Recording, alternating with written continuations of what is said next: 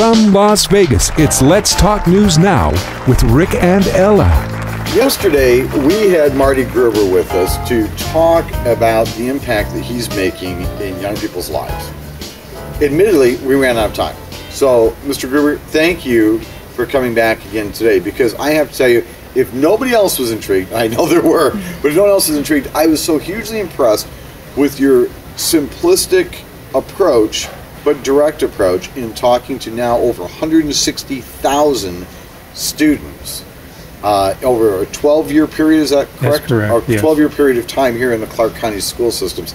It never ceases to amaze me how one person can have such a huge impact on so many. Angela, when you heard about Mr. Gruber, it was through your daughter. Yes. And the impact that he had on her. Mm-hmm. Tell me then how you reached out to this man to bring him here today. Well, we've stayed in touch since then, really. Since then. So. It's the simplistic approach, though. I have to admit, I almost heard Nancy Reagan in the back of my head when you said that when you talk to the kids, you're simply taking the approach of just say no. Nay. Okay. Supposedly, that entire campaign concept was a complete and total flop.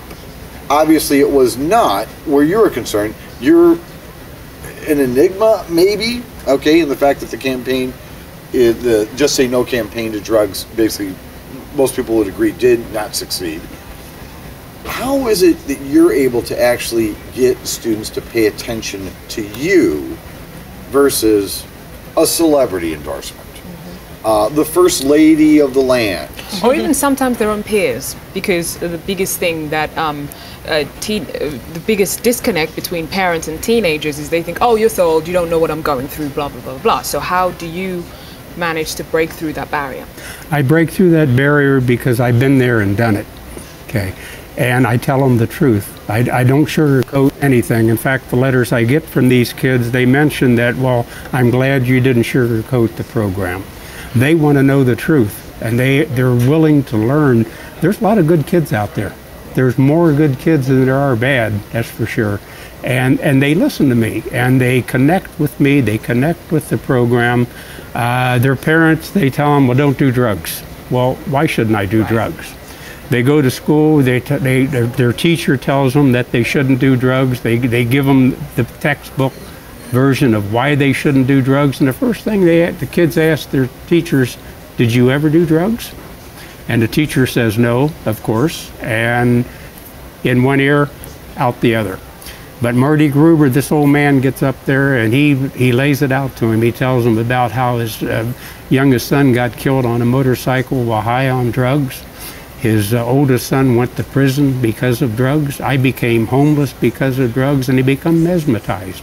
And they listen to me, they listen to the program, they join me in becoming drug-free for the rest of their life. And you know, a lot of people can claim a lot of things in this world, but I can prove what I say because I have over 80,000 letters that say exactly the same thing that I'm telling you right here today.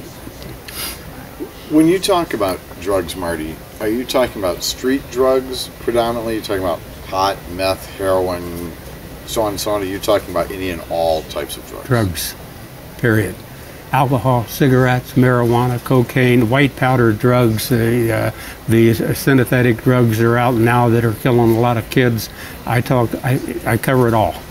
Now you also do one-on-one with the kids. So how do you sometimes get through to somebody? Obviously, somebody who's on drugs is not quite happy. It's not about the health. It's not about being in a good mental space. How do you get past that to really touch them? I get past them. First of all, they realize that I was a drug user, okay, for many years. These people, these kids that do drugs, they're not happy.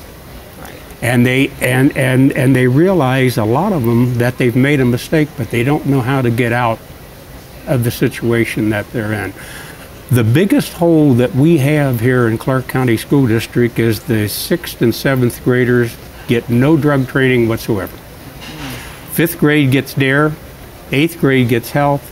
By the time I see these kids in the 8th grade, for a lot of them, it's too late. They're already hooked on drugs, and they're searching for answers on how to get out of it. And along comes old Marty Gruber, 66 years old, or 76 years old. 76 years young. 70, okay, 70. Holy smokes. And I got a letter from a girl from Las Vegas Academy not too long ago, and she says that if you got room in your heart for another child, I want to be your granddaughter.